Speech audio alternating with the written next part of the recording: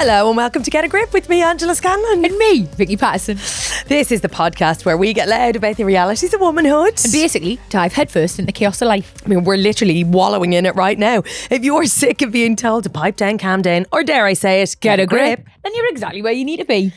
grab a drink, pull up a chair, maybe some headphones if you don't already have them, because there might be a few curses. We love you, lean in. What's cooking, sugar muffin? Okay, so I get very limited time off at the minute, as we all know. I'm not going to dwell on it or whinge. There's far people worse off in the world. I'm hardly down the fucking mines. I'm dancing on the telly. But I get one day off and me and Irk are spending it watching The Traitors. I literally tune in on a Sunday to your Instagram to see what you're watching, and lads, you put in a shift. Do they? They go through multiple Harry Potters. Yeah. There's a catch up of The Traitors. Yep. There was something else thrown in there, like not MasterChef, but like something else that Something was of that ilk. Also, you watch Strictly Back. I do. I watch it. I love that you do that. I never once watched it back. So I've never watched myself on telly, Ange. Yeah. Given me start in my career, probably makes sense that I wouldn't be like, oh, I tell you what, I'll just watch myself. Pissed. So I never really watched myself. And I remember coming out the jungle and everyone being like, oh, you're going to watch it back. But my life was just so fast at the time. I think I watched like trials on YouTube or something. So honestly, I've never sat down and watched myself.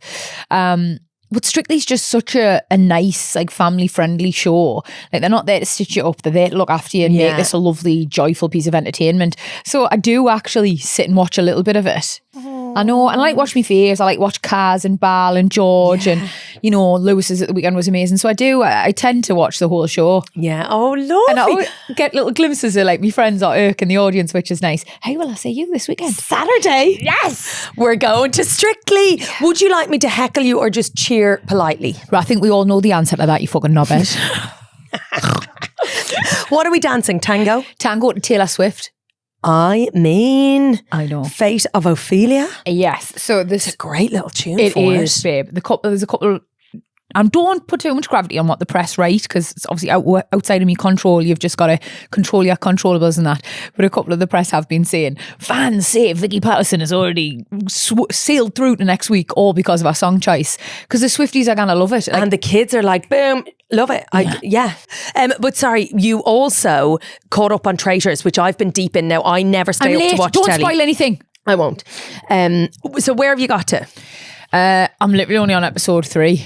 Oh, Jesus, we can't talk about it at all. Who's your favourite so far? I just know you're Who's your favourite so far? You're going to spoil it for me. Who's your favourite so I far? like Cecilia Emery. Yeah. I like Alan Carr. Has she farted yet? Yeah, she's okay, farted. great. Absolutely brilliant. It was brilliant. Has she squealed down the well? Yes, she said something about put your pussy in the well. Oh, what's in a well? Pussy. Celia is just like, honestly, I saw a thing on Instagram the other day and it's the top 5 moments and she's number 1 and number 3 with her like, squealing. It was so haunted. She's like an actual banshee. I love it so much. She's divine. I also love Joe Marler. So do And the other Joe Wilkinson, I like. Fantastic. Yeah. Sorry, say goodbye. So I knew she'd do this. This is why I didn't well, want to you've have got this. one Joe left. It's the only reason I did it to you. Okay. So Joe, Bastard. You're too late. 3 episodes. I know I'm late, but I'm busy. How you've even been online and not realised who's gone. They're probably been on this morning chatting about it. Like, you can't put it all on me. So Joe. Zero accountability. And This is how I fight. I'm a real filthy fighter. I genuinely would have been a brilliant barrister. someone make us stop. I'm so sorry. But anyway, Joe Marler, is that how you say his name? I would say so. Genius. Yeah. A little sniffer dog he is. And I've seen some clips where he looks honestly, like he's really rumbling. and he is not taking no for an answer. And his instincts are unbelievable. And even when he hasn't quite managed to get the crowd on side, he's like, I like him. I like him a lot. I like him a lot. I do. And honestly, I'm so sorry, but I've always loved Alan Carr, but in this space, he's just absolutely brilliant. I've got to ask the question. Yeah. If you were going to do it, Yeah. would you be a traitor or a faithful? Ooh, I actually think I'd be really good at sniffing out a traitor. Well, I do think you're like a fucking dog with a bone. So I am. yes, absolutely. But also, I think you'd be a great traitor. I think I probably would be a decent traitor. I would be shite. I'd just say like, yeah, listen, don't tell anyone, but I'm a traitor.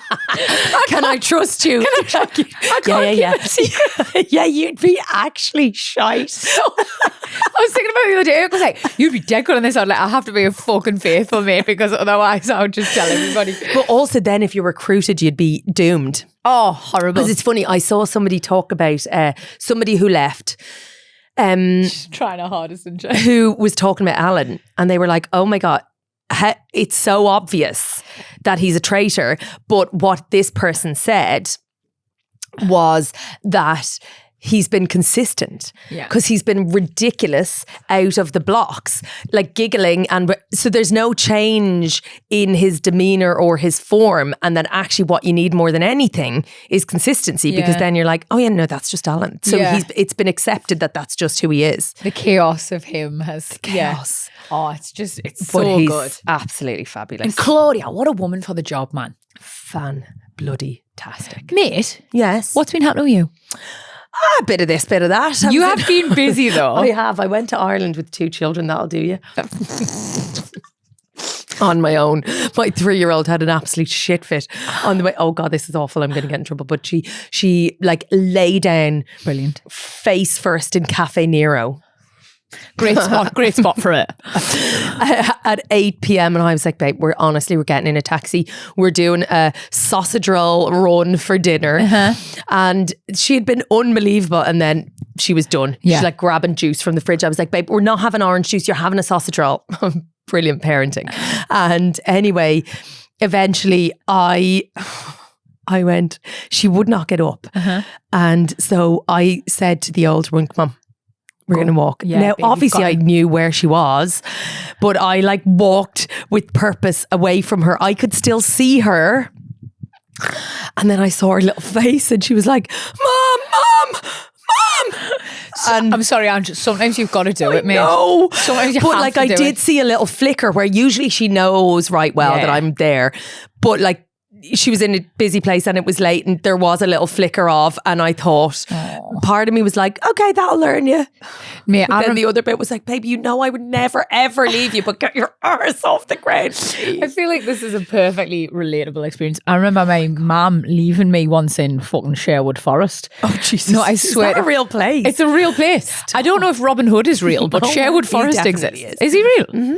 I think he is just a metaphor for somebody who is going up against the man. He's basically a socialist. We've got off track. I don't think so, but go on. Anyway, I was in Sherwood Forest and Robin Hood was not there. It was at Centre Parks and I'd had... What? Centre Parks is in Sherwood Forest. Is this real life? I don't know anymore, but I think so. How long has Centre Parks been around? So long. Hang on, Sherwood Forest's still there. Well, I presume that preceded Centre Parks. Yes, that was there before. They just built some cabins in it. Yeah, okay. I mean, I don't think they like planted Sherwood Forest as part of the scheme for Centre Parks. No, that was already there. Okay. Anyway, so now the cabins are there and you go to Centre Parks. Yeah. And I was on my little bike. And how old are you now? Probably about like 9. Oh no. No, and honestly, apparently I was just crap on this bike and I'd already gone back twice to get different bikes because I kept blaming the bike. But I was just a rubbish bike rider and I was just being really whingy and my ma was sick of us, so she just tooled off on her bike and I was lost in Sherwood Forest. Oh babe, how did you get back? I think my uncle found us. Oh my God. One of the merry men. Like, how long after? Not long. It felt like long enough, but it sharp learned us to... Ride that bike. Ride that bike. Faster. I'm great on a bike now. Are you? Yeah. So she'll learn. She'll learn to keep up. Yeah. But you don't want to be like, I really don't want to be that guy who's like frightening them into being, compliant. You were absolutely tested in that moment. It's clearly not who you are all the time. I wouldn't even give it a second thought. Yeah. Fucking half terms are hard, man. Jesus. It's a rough hell run. Yeah. But also lovely. So blessed. Too blessed to be stressed. Indeed. After the break, we need to know if having a boyfriend is embarrassing. And Austin Butler wants us to be more cringy. Are you sure, Austin? I don't know if that's aimed at us specifically. I feel like we might have reached our quota. Welcome back. So, what in the world has been going on? What in the world's been going on? Who's in the right? Ben's face. What have I missed? Take it away. What in the world has been going on? Right. Is having a boyfriend embarrassing? What have I missed here, mate? Because I've seen this doing the rounds and I just feel like I don't know enough about what's happening. Yeah. Okay, so it's a Vogue article, and it says basically that women no longer want to be seen as being all about their man. Okay, fair so enough. having a boyfriend is now embarrassing. So you want to like bury it in a little secret hole underneath the bathroom sink, and like, you know, or him under the patio, Brookside style. Like, you're not hard launching on social media. You know, nobody cares. It's your filthy little secret, and it's peak cringy to be like celebrating love. Quite clearly, I'm on the opposite side of this argument. You did not get this article. I didn't get this memo at all. This just feels a little bit sad to me. I know. And like, obviously, I'm all for women having more choices, more options, more scope to just do whatever they want with their life, whether that's travel, be a badass CEO, fucking kiss the wrong fella, like, do you. But at the same time, like, I think there's a special place in hell for people who make you feel shit about the things you're excited about. I think that's the key, isn't it? I mean, look, ultimately, this is a brilliant headline. Of course it is. It's doing the rounds for a reason, mate. It's so attention grabbing. Yeah, like a boyfriend is embarrassing, because I just don't think I've ever heard of it framed that way. And in a way, maybe it's good that we've moved away from it being the be all and end all. Like, that's the prize, that if you haven't, no matter what you have, if you don't have that fella on your Instagram or in your life, then you've kind of not quite failed. Yeah, in some way. Hit it. So, you know, I imagine there'll be a lot of people who feel kind of like the pressure is off. Finally, oh my God, great. I don't need to go out, you know. Yeah, no, I think, yes, there's definitely something in it, Angela. I totally get it. And I think women being defined by their relationship status or whether they've got kids or whatever, like, I think we are past that, mate. Yeah. But I also don't... are we? I would like to think so. Like, I've got loads of pals who are single and I celebrate their promotions. I celebrate them adopting a cat. I celebrate them buying a new sofa. I think you're quite unique in that, babe. I think there's a lot of women who aren't in relationships who feel like those moments do not get celebrated. You get celebrated when you get engaged, when you get married, when there's a baby coming along, there's a baby shower. If you're not in that... On that trajectory, that's a shame then. If that's the case, that is a real shame. And I think there's definitely gravity to what you're saying. But I don't know, like, can we not just celebrate everything for everyone? Like, whatever path we choose to take. Like, listen, I love work. I love me boyfriend. I loved him when he was my boyfriend. I love him as my husband. Like, I celebrate him like no one's business. But like, equally, like, I shout from the rooftops when I get the job I want. So, do you know what I mean? I think life is so hard and there's so many things that are exhausting and don't go your way. And, you know, you might not always get the job. You know, things might not work out how you want. When they do, you deserve to be excited and happy. There's nothing embarrassing about joy. But we just need to make sure it's all joy. I think maybe that's the thing, is people are afraid, aren't they? Because really leaning into that, the fear of it getting ripped away from you. And one of the ones that, like, a bit of the article that I read was a contributor called Nikki, and she was like, I went out with a lad for 12 years and I never posted about it on social media, and I'm glad I didn't, because we broke up, and I'll never post a man again, because no matter how long you're with, they'll always embarrass you. And I thought, wow, 12 years by most standards, a pretty good innings. Yeah. And also, there's nothing shameful in the end of a relationship. But also in the kind of waiting for the impending disaster to hit, or that feels like quite a almost like a self-fulfilling prophecy vibe going on there. Like, if you're just waiting for something to go wrong. Yeah. Listen, mate, my relationship before work, not to give it too much gravity, you know, but it ended pretty badly. You know, we're due to get married. We didn't. Spoiler alert. I'm trying to be really dignified now. I'm on the BBC, but it's fucking hard, lads. Anyway, it didn't work out. There was not one part of me that regretted sharing my relationship, you know, because ultimately we just weren't right for each other. And I put myself back together, realised I was exactly the bitch I thought I was, and found the love of my life afterwards. I was absolutely fine. I found who I was meant to be with. Like, I think, you know, if a relationship fails, you don't define yourself by that. You're not a failure. It just wasn't right. And are all men great? Absolutely not. You know, but neither are all They're women. also not all incels. I just think it's important to state that. Okay. A lot of them aren't. You're very right. Some of them fucking are. I'm just going to say that. But yeah, I think like there's not like if you're just waiting to be embarrassed or for it to fail, like you miss out on so many of the amazing things. Yeah. I've had great relationships that lasted like 6 months. Yeah. You know, I've had fucking great relationships that lasted 3 years. Yeah. I've now met the love of my life. I'm with him 8 years. Like I think you should celebrate all your wins. I think so too. And I mean, I don't post. I think we're two different Yeah, you're the camps, opposite, actually. you're opposite side of the spectrum, aren't you? What's the reason behind that? I've never asked.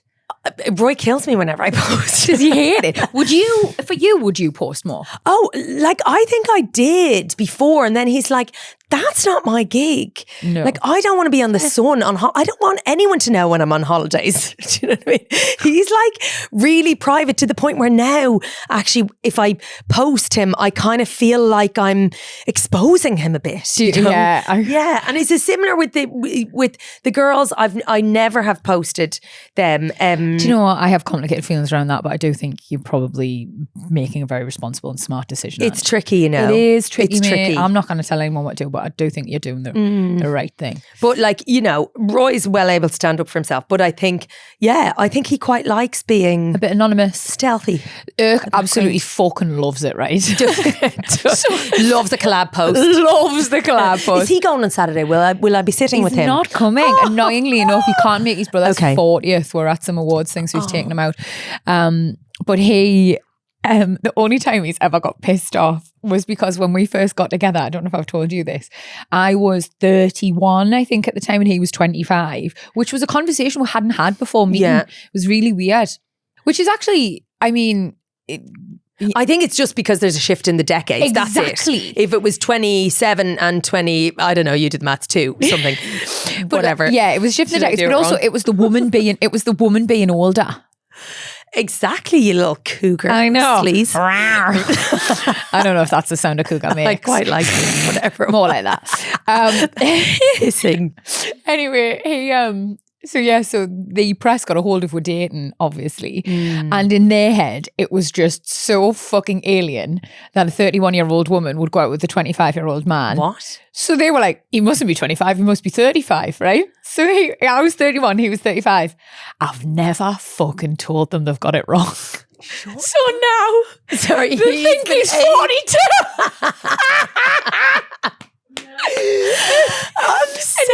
He is fuming. They'll be like, Vicky Patterson, who married her long-term fiance Erkan Ramadan, 42. Shut up! In a ceremony in Puglia.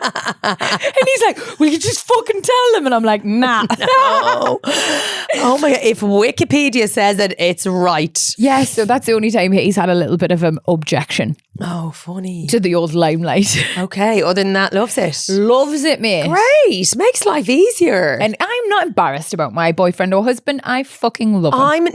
I should say that I'm not embarrassed. Like, he's clearly embarrassed by me because he won't let me post him. Because he's been reading too much Vogue. But also, do you know what I think part of it is? That if he's like complicit in the Instagram world, then he's going to be put to work.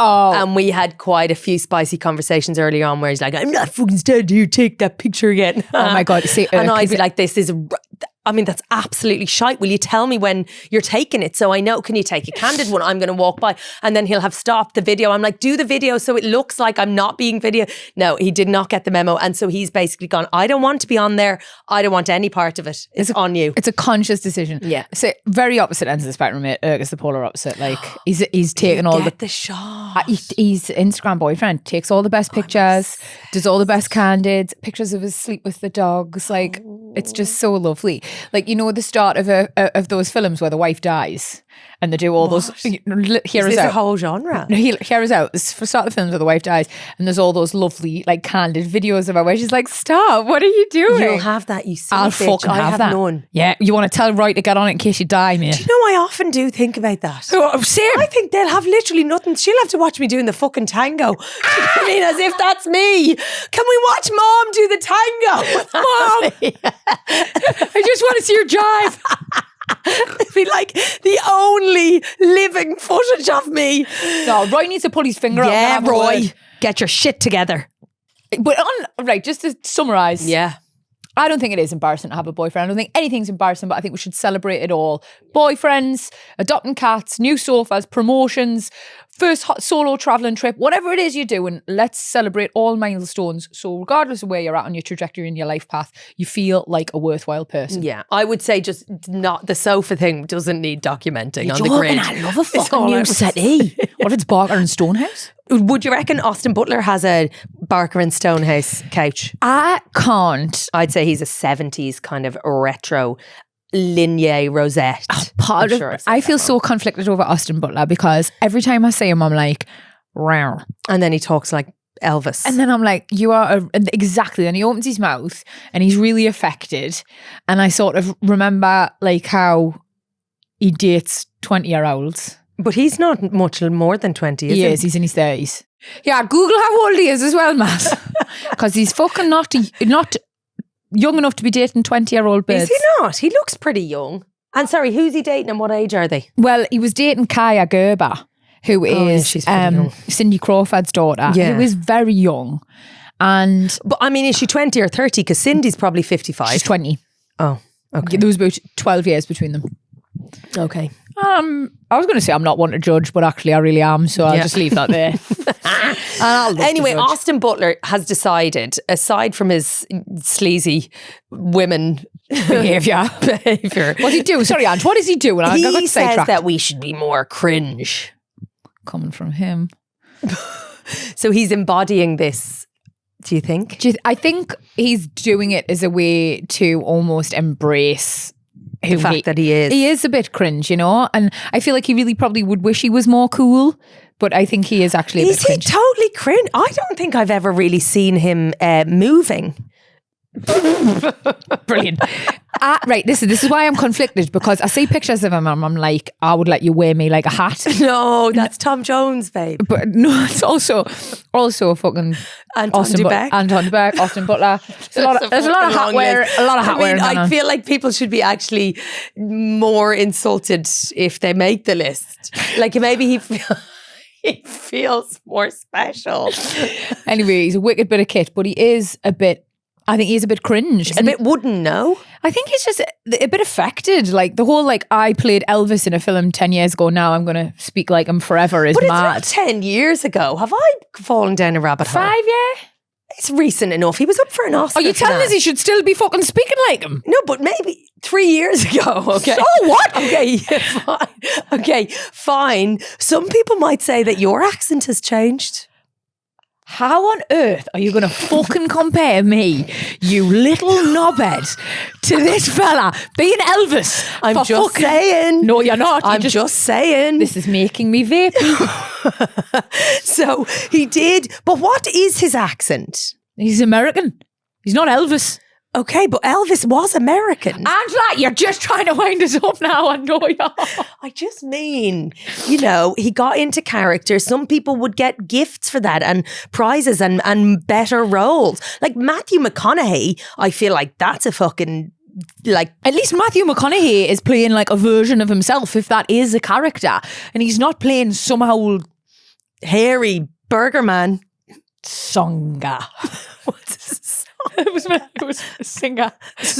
But it was Songa. He's not playing some old Songa. I don't know. Anyway, he says we should be more cringe. I don't think you should be. Just have one more try. Go on. Ready? Matthew McConaughey at least is playing like a version of himself if you do think that's a character. Okay, so he's turned it up all the way. Yeah, which we can all be accused of doing, leaning Yeah. into a caricature of ourselves, let's be really real.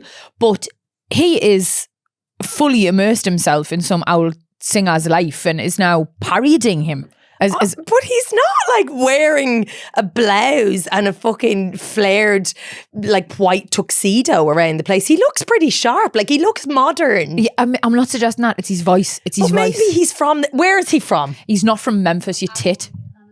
Anaheim, up the road. You liar. And you are relying on my lack of American geography to fucking pin me to a wall here. Okay, right. So let's park your hatred for Austin Butler and listen to what he's saying, okay? Jesus. So are you his ma or something? You're really fucking defending him. Yes, and I taught him his acting. I think the thing that he has said, which is somewhat interesting, even if you can't bear him, he says that embarrassment is an underexplored emotion. Oh, actually, I did hear him say this. And he's urging people to go out there and make a tit of yourself. Although he said fool in an Elvis accent, presumably. A fool. I don't know. I'm all shook up. He ended with that. But I think there's something in this. And I think sometimes I will say to, like, Ruby will be like to me, no, oh my God, that's so embarrassing. I'm like, okay. It's not going to kill you. Like embarrassment is not going to, and it's actually probably easier for kids to get embarrassed. And I see from the age they start to go, ooh, there's suddenly an outward kind of idea about how her behaviour will be perceived. Exactly that. And I think if we could all be a bit more embarrassing.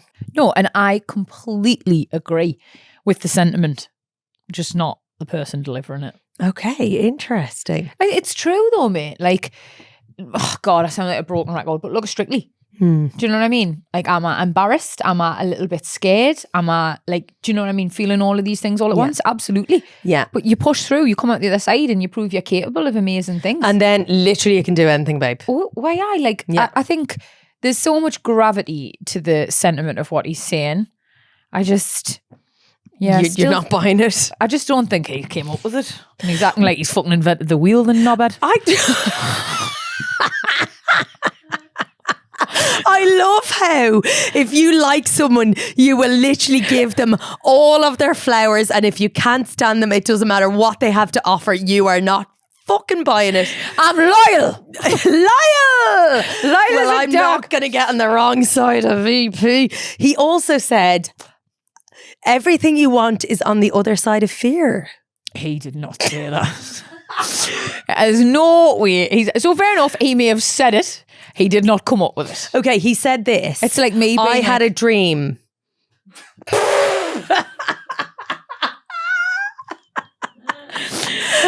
like I always say, every cloud's got a silver lining. I just came up with that. Just right this second. Okay, so Austin Butler needs to get the boat, is what you're saying. I mean, listen, definitely something to it, and but be more cringe. I have no problem with cringe though, do you? Clearly. No, I don't. You? Hello, have you ever seen my Instagram, babe? Yeah, no, but I just... Like, I lean heavily into that. I'm fine with it. I don't think we have a problem with, like... do you think there's people out there trying to be too cool for school? Is that his problem? Are you fucking kidding me? Yeah. I think most people are too terrified to be deemed anything other than cool, that they are completely stifled. And like missing the boat on life. And they don't know who they are because they're too afraid to actually let it leak out of them. Yeah. There's that whole theory, isn't there, that there's a generation of people so obsessed with like social media and Instagram and the image and all that they have beige couches. They're running the risk of becoming very sad people with very pretty pictures in squares. And I think that's a bit sad. I'm not encumbered by such things. I'm not anchored by them. I like being uncool. I don't think I've ever been cool. No. What's that? I mean, I know we've said it before about Matt Haig.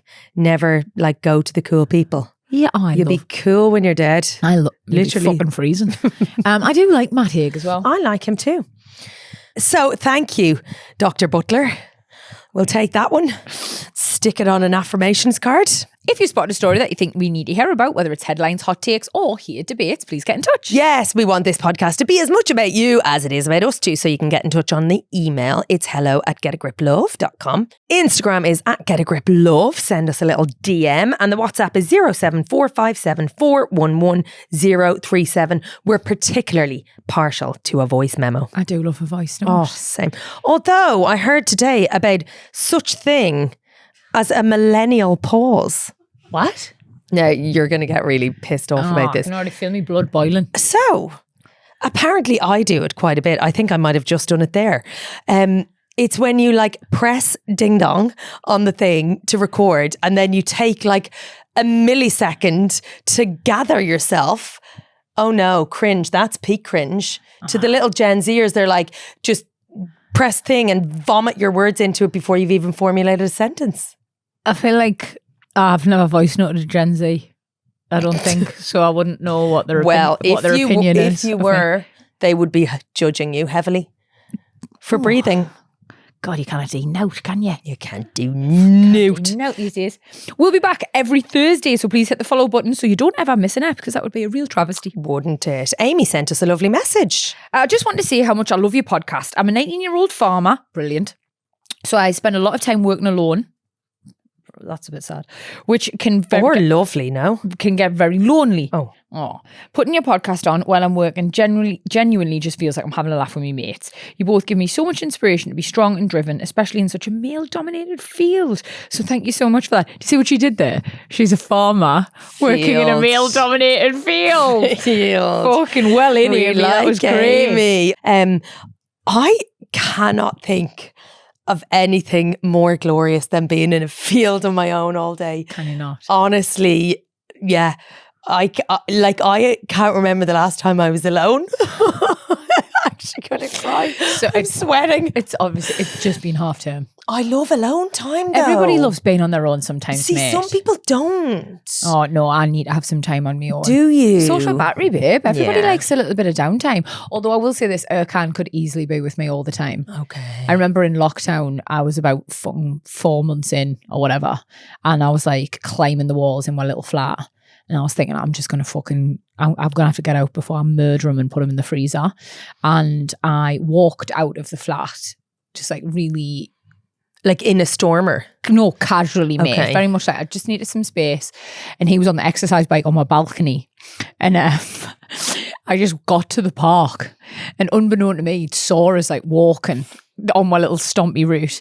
And he come up and sat next to us and he went, I saw you going for a walk, so I thought I'd come with you. And I was like, I just wanted 20 minutes to be on my own. He was like, we can be on our own together. And he literally was just sitting on the other side of the bench, like dead happy just to be there. And I was thinking, honestly, mate, I fucking love you so much, but fuck off. It was so bad. But like, so cute. Clearly, some people don't need a lot of time on their own. But I think people like me and you definitely need time to decompress. Mm-hmm. But it seems as though Amy is, we're getting her through. Yes. And we're very, very happy to. Also, go on. I think farming is having a bit of a glow up now. Do you think it's all the fucking Jeremy Clarkson I know. stuff, I wasn't going to give it to him actually. I was going to just lay it at the feet of Amy. But yeah, he's probably made it somewhat appealing, hasn't he? Definitely. Or maybe allowed us to recognise like how much is in it. Oh, babe, I think it's graft. Like it's graft. Yeah. Hats off to Amy and all of her fellow farmers, in particular fellow female farmers. Indeed. Also, velvet trousers, pair of wellies, nice little Fair Isle knit. I think you're going to Glastonbury rather than a farm. Babes, I've been on a farm, don't you? Look at me. I don't know where to take that. I was a farmer. I was just talking about this the other day. I used to herd cattle and everything. Hang on, was this when you do one of these previous life things? No, my uncle. No, that's pirates. I was actually a farmer in you were this herding life. Babies. Yes. No, that was herding babies. This is herding cattle. And my uncle, we were only around 7 and he'd make us stand as human walls for the cattle. Shit, and you'd see them coming towards you. Now obviously they were more afraid of you even though we were smaller, but when you see a big old bullock coming towards you and keep your arms out, I was like, Jesus Christ, we'd go running for the hills. No wonder you're hard as a Hobbs of hell, mate. No fucking wonder. Send us a message, gang, if you've been in a field recently. Anything at all we'll have. And whilst you're at it, would you mind putting a little review up there? You know the deal. We don't want any of your dribbly shite.